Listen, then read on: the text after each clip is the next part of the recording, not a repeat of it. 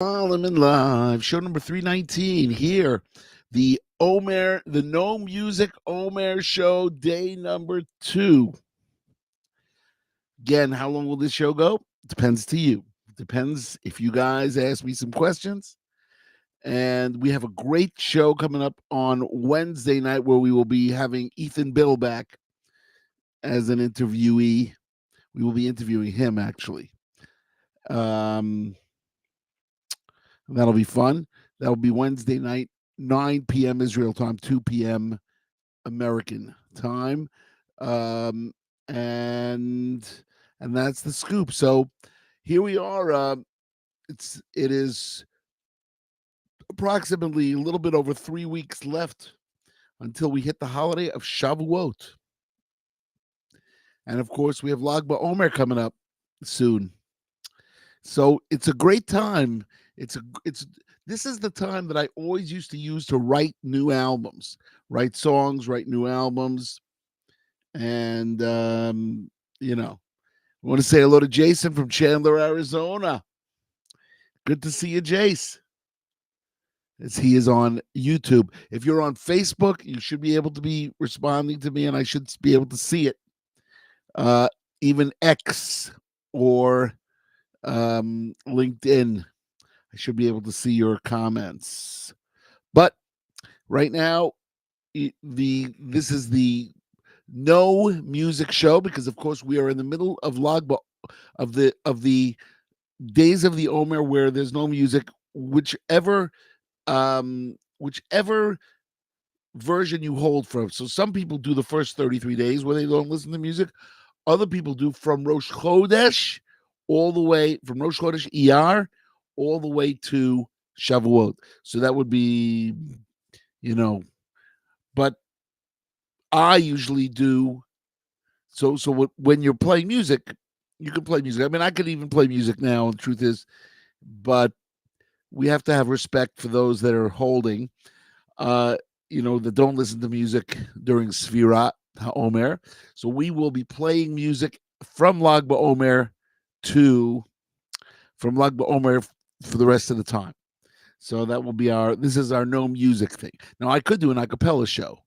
We do name that tune acapella. So let's give you an example. If I did something like do do do do do do do do do do do do do do do, what song is that? What about this one? Do do do do do do do do do do do do. What song is that? Let's give you one more. Let's do do do do do do do. No, that wasn't so good. Let's see if we could. This one. We'll do this one. Do do do do do do do do do do do do. Do do do do do do do do do do do. Okay, so we've given you 3 different name that tunes, a cappella. Now, they're not schlock rock songs; they're regular rock songs. Okay, so what are we up to? What's going on in the world of schlock? Well, I have constructed a letter. The letter has to go out to 13,000 schlock rock fans and Daniel in Babylon fans. And it has to say, and it's going to say something like this. We need to make more projects for the Jewish people, for the people of the world. And in order to do that, it has to be listener sponsored. So I give you 3 options. Option number 1, we want to launch Daniel in Babylon this year. We need to find $125,000 investors. Okay. So that letter will go out to people and say, find me one $5,000 investor. If it could be you, if you want to. You have to be in touch with me at Lenny@schlockrock.com, Lenny@schlockrock.com, Lenny@schlockrock.com. Okay, I'm not going to do that song. And that way we will be in touch and I'll show you what has to be done. Other option is that's investing. If you want to donate, to the Schlock Rock Foundation. What is the Schlock Rock Foundation? So the Schlock Rock Foundation, www.schlockrockfoundation.org, is a 501c3 tax-deductible organization where we spread informal Jewish education through music and media. Simple as that. What does that mean? What is informal Jewish education? Okay, so when let's say you're in a classroom, that's formal Jewish education. What's informal Jewish education? That's where you learn by listening to music, by watching shows, by seeing skits, by seeing music videos. That's informal Jewish education. If we're teaching Jewish concepts, obviously it doesn't have to be informal Jewish education. It could be informal any type of education. But we specialize in informal Jewish education, and all you really have to do is go to www.schlockrockfoundation.org and place a donation. Now, that donation could be as follows. It could be for the Schlock Rock Foundation. It also could be for Daniel in Babylon to launch it. But everybody's got to do it. And I know that there are 250,000 Schlock Rock fans out there. We know that you're there. How do I know? Because everywhere I go, you tell me. You've seen me on planes. You take selfies with me. I mean, I'm, just being humble. It's just a fact. The facts are, you see me, you say, Lenny, Schlock Rock, we love Schlock Rock, we listen to Schlock Rock, we just were listening in the car, we listen on Spotify, we listen on YouTube, we listen on iHeart Music, it's on all the streaming services, thanks to Eitan G, our Jewish rapper. So, it's there. So all you got to do is go to schlockrockfoundation.org, place a donation. Now, but if you want to invest, you can invest. Or if you want to donate, you can donate. It's up to you. You can't do both. You can't invest and donate. Well, you can if you invest part of it and donate part of it, but it's complicated. So that's the story. So we're going to have a letter going out, and it's going to go to all of you guys. Why haven't you gotten it yet? Because of me. Because it's the way it is. You have to really hustle and do these things. Say hello to Andra in Frederick, Maryland, and she's also watching on YouTube. Right, reaching out to a synagogue near me in Frederick, Maryland. You bet. Let's do a concert. I'm coming to America June 19th to July 1st, and then we'll have other shows during the year. We'll have other shows during the year. No hockey jerseys today because I don't know. As we get to the summer, it gets harder and harder to wear hockey jerseys. During the hockey season, it's easier. Yeah. So that's the story. So that letter is going to go out. Now, what about new material? So we are working on the 41st Schlock Rock album, which is going to hopefully come out in August, but now it's looking more like November because, well, frankly, because of the war here in Israel, you can't just, it's kind of hard to pick up and leave your family and go to America and record an album. I could record it in Israel. That is true. But I find that for parody albums, I record in America by Ethan Bill. He's going to be joining us as my guest on the No Omer Music Day 3. That will be on Wednesday night, 9 p.m. Israel time, 2 p.m. New York time, 11 a.m. West Coast time. So yeah, we're going to have Ethan Bill on, and he'll tell us what he's up to and all the things that he's doing when he's not schlocking with me. He is the number one drummer for Schlock Rock. He's also the engineer for all the projects that I do in New Jersey. Of course, it's also time for some seltzer. You have to have seltzer, ladies and gentlemen. Seltzer is very important. Yes. Okay, so we did a little Name That Tune with you guys. We talked to you about the Schlock Rock Foundation and what it does and the importance. You guys have no idea the importance back in the day.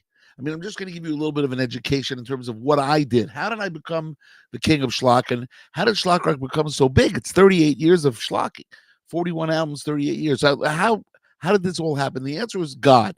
Nothing happens without God putting his stamp of approval on what you're going to do. If he doesn't give you stamp of approval, you ain't doing it. You can bang your head against the wall, but God has to give you the go-ahead. Now, I will tell you that I never planned on doing Schlock Rock, They come to America. Andra wants me to do Coming to America from Neil Diamond. What about you? You know, you remember Living in America? That's, of course, that's different. That's from Rocky, with Apollo Creed. You remember that scene with Drago? He's Apollo Creed's about to fight Drago, and they have this whole dance number, Living in America. And then Drago, yeah, okay, Drago kills him. And then Rocky has to fight Drago in a big Rocky 4. That was Rocky 4. I actually enjoyed that movie. Okay, Jason writes, the seltzer is your fuel. Can the seltzer company sponsor you? Great idea. Maybe, Jason, you get in touch with Schweppes and say, you need to sponsor the King of Schlock, Daniel in Babylon, and all of his projects. I'm not sure that I have a big market share as, let's say, Taylor Swift or Bruno Mars. Just saying. Not sure that I have my market share is as big as all that. But, you never know. Okay, so where were we? So we were talking about what it was like in the beginning. I must tell you, it was unbelievable in the beginning. Um, I remember putting out the first Schlock Rock album, Learning is Good, in 1986, January 1986. We put it out, and nothing really happened for the first 3 months. And then around March, I started getting letters from people. One lady wrote, my brother who hates Judaism is listening to your cassette around the clock. Keep up the good work. And then another person wrote something similar. And then a third person wrote, the Abarbanel would be rolling in his grave if he knew what you did with his name. And so you had these, like, this. Some people loved it, some people didn't like it. And that was the most important thing, because if people don't care, if they're pariv, then you go nowhere. But if they have an opinion, ooh, I love that Schlock Rock. Ooh, I hate that Schlock Rock. It was really good. And sometimes rabbis would come up to me and say, what are you doing? What is this? What is this stuff? What are you doing? And I would say, but this is great stuff. The kids love it. It makes them feel good about being Jewish. You had to teach the rabbis what this was all about. And they finally got it by around the third album. They understood it. But that first album, Learning is Good, caught on. And by the summer, it was the hottest selling album in the Catskill Mountains, which back then the Catskills were big, big, big, with all the camps there. Still there are camps there and everything, but so it was humongous. It was big. And we still hadn't even gotten calls for shows, because I was still with my other band, my band called Kesher, right? Schlock Rock was a spin-off from Kesher. Anyway, so that first album came out, and because of the letters that I got, I said, wow, there's something here. You know what I think I'm going to do? I'm going to start working on a second album. So I started working on album number 2, and I started working on an original album called Jewish Pride. And the Jewish Pride had on it Minyan Man. It also had on it Hine Matov Umanaim Sheven Achim Gam Yachad. It was really fun. It was a fun album, and we recorded it on the Lower East Side in Allen Street. Lou Holtzman was the owner of that studio. Mick Cantarello was the engineer, and it was at that point that I met Steve Bill. And Steve Bill, I had met him before because he did the arranging of Kesher 2 and Kesher 3. But Steve Bill, I showed him the project of Schlock Rock 1, which I didn't use him as the producer. And I said, would you like to produce this album? And he said, yes. And so Purim Torah came out in March of 87. It was a very, very good album. Had on it Under the Chuppah. So now Schlock Rock is growing, and it's getting a name. And the best was yet to come, because I started getting phone calls, and they wanted Schlock Rock in concert. And it was at that point that I put together the band. Yona Lloyd on guitar, and Mark Squire on bass, and Danny Block on sax, Gary Wallen on drums, Mark Infield on percussion, and myself on keyboard. And So my first shows that I did, which were in September of '87, were just myself in Montreal and in Toronto with some guys that I hired, and then in December in Bayonne and in Smithtown, we did a weekend, a schlock rock weekend. We did a schlock rock weekend, and it was fabulous. And now the calls started coming for shows from '88 to '96, 100 shows a year. Can you believe that? It became a living. Never in a million years did I think it was going to become a living. Never. I didn't even think. I thought it would be a one album hit, the one album wonder. Schlock rock, one album wonder. But it wasn't. It was more, and it was really great. You know, um, and so that was that. And at that point, so where are we? It's '88.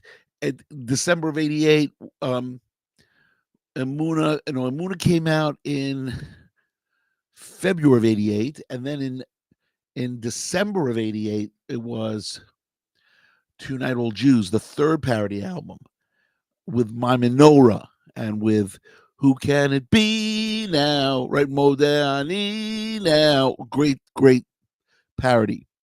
Great album. Rashi was on there also. And what happened after that? So another year goes by. We do Shirei Boker in December of '89, Songs of the Morning, followed by Lenny and the Schlockers, January 1990. Steve Bill produced that with a rhythm band, with a rhythm section that was, unbelievable.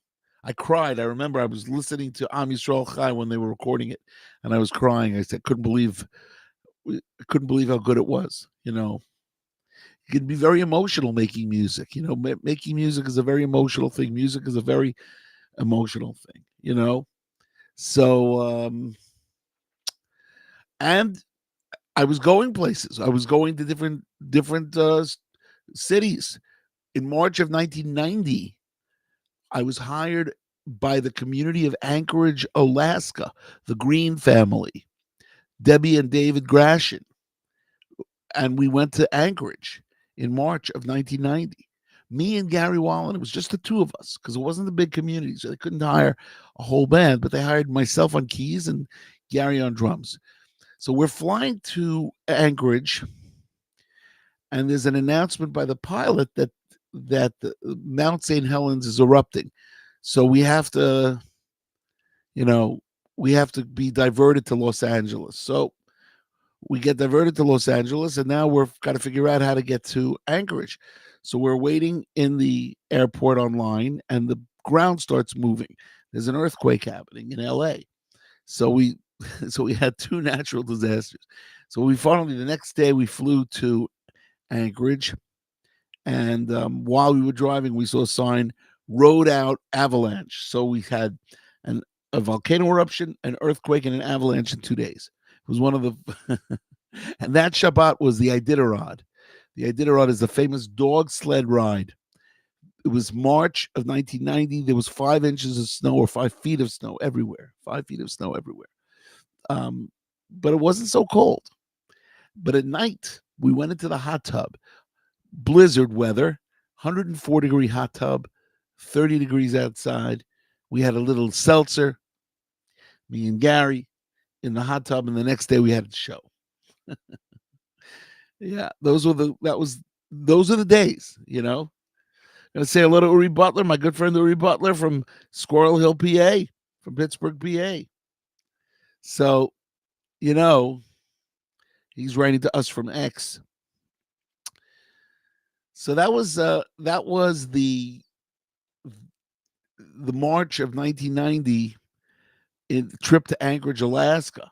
Now, we had some great experiences when we went to Vancouver and in Seattle in '89. We traveled all over. By 2014, we hit all 50 states, and that was great. So now it's 1990, and I'm hustling, but we're not really hustling. The phone is still ringing. The phone is ringing off the hook, and not only that, we're selling merch. We're selling CDs, but we didn't even make CDs yet. CDs started being made in '92. We were making cassettes only. Now, '91, we put out Sergeant Schlocker's Magical History Tour, August '91, and that was a big turning point. Schlocker zoomed. They love that album. We've Got a Strong Desire, Into the Sea, Eshet Chayil, which was a parody of Pretty Woman, Leaving the USSR, which was called Back in the USSR. Rather, Leaving the USSR, which was a parody of Back in the USSR. It was a Beatles parody. It was great, and yeah, Natana writes, loved all those early parody albums.